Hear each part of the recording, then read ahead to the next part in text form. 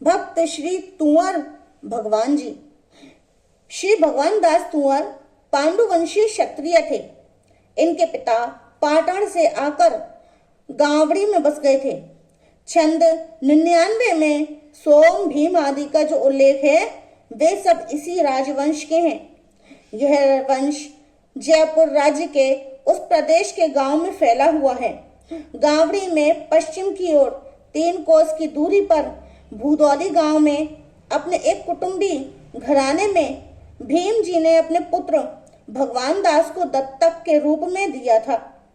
कुछ दिनों के बाद उस घरों में एक पुत्र का जन्म होने पर भगवान दास जी ने अपने आप ही वहां से पृथक होकर भूदौली से 10 मील दूर दक्षिण में अपना स्वतंत्र शासन जमा लिया। उस गांव को चीपलाटा कहते हैं। आप बड़ी उदार प्रकृति के थे। जिस घराने में आप दत्तक के रूप में रहे थे वहां की एक राजकुमारी मारवाड़ में ब्याही थी। एक बार परिस्थिति वश उसने अपने पीहर भूदौली वालों से सहयोग चाहा। जब वे सहायता न दे सके तब उसने आकर भगवान दास जी से कहा, आपने उसे 13,000 बीघे भूमि दे दी। कालांतर में स्थिति सुधरने पर उसने उस भूमि को लौटाना चाहा। तब इन्होंने कहा कि मैं दान देकर फिर वापस कैसे लूं? भूदौली वालों ने उस जमीन को ले लिया। आप ऐसे दानी थे। एक बार पिता ने विनोद में ही आपसे कह दिया कि तू क्या पटौदी को जीत सकता है। आपने उसे सत्य करके दिखा दिया। नारनौल के पास पटौदी के युद्ध में आपकी विजय हुई। आपकी अंतिम घटना बड़ी ही महत्वपूर्ण है। एक बार बहन की सहायता के लिए बनेटी गांव में गए हुए थे। वहां भयंकर संग्राम हुआ। विपक्षियों के प्रहार से आपका सिर कट गया, पर वहां गिरा नहीं। वह कोसों दूर चीपलाटा में पहुंच गया और घोड़े पर स्थित धड़ ने युद्ध करके विपक्षियों को पराजित कर दिया। दर्शक आश्चर्यचकित हो गए। किसी अपवित्र स्त्री की छाया पड़ने से धड़ घोड़े से नीचे गिर गया। बनेटी की संग्राम भूमि में आपका स्मारक जूझार बना है।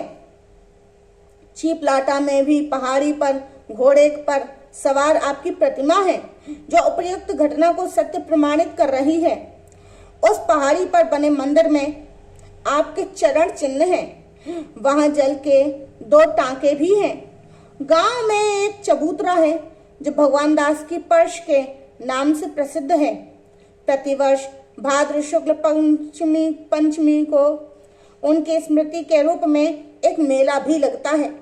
वैशाख शुक्ल 5 को भी जनता उनकी मनौती मानती है। दोनों उनके जन्म और निधन की तिथियां हैं। यहाँ लोगों के मनोरथ सिद्ध होते हैं। किसी किसी को उनके दर्शन भी हो जाते हैं। आसपास की जनता में अपार श्रद्धा है। इनका एक पुत्र सूरदास था जो बादशाह की नौकरी करते हुए भी नियमित पूजा पाठ अवश्य ही करता था। वह राजवंश श्री निम्बार्क संप्रदाय का अनुयायी था। नंदगांव में रहने वाले श्री नाफादास जी से यह घराना दीक्षा लेता था। श्री भगवान दास तुंवर का यह दृढ़ नियम था कि वर्ष के बीतने पर मथुरापुरी आते थे। वहां एक बहुत बड़ा महोत्सव करते, उसमें बहुत सा सोना लुटाते थे। इस महोत्सव में वे पहले साधु संतों को भोजन कराते, उन्हें वस्त्र पहनाते। उसके पश्चात ब्राह्मणों को बुलाकर उनका भी स्वागत सत्कार करते। ब्राह्मणों को यह अच्छा नहीं लगता। वे प्राय मन में नाराज रहते। भाग्यवश ऐसा कोई समय आया कि श्री भगवान दास जी की आर्थिक स्थिति बिगड़ गई, धन की कमी आ गई। ऐसी हालत में भी आप अपने प्रण को पूरा करना चाहते थे, इसीलिए मथुरा आए। इनके मन में विचार था कि इस बार छोटा उत्सव कराऊंगा।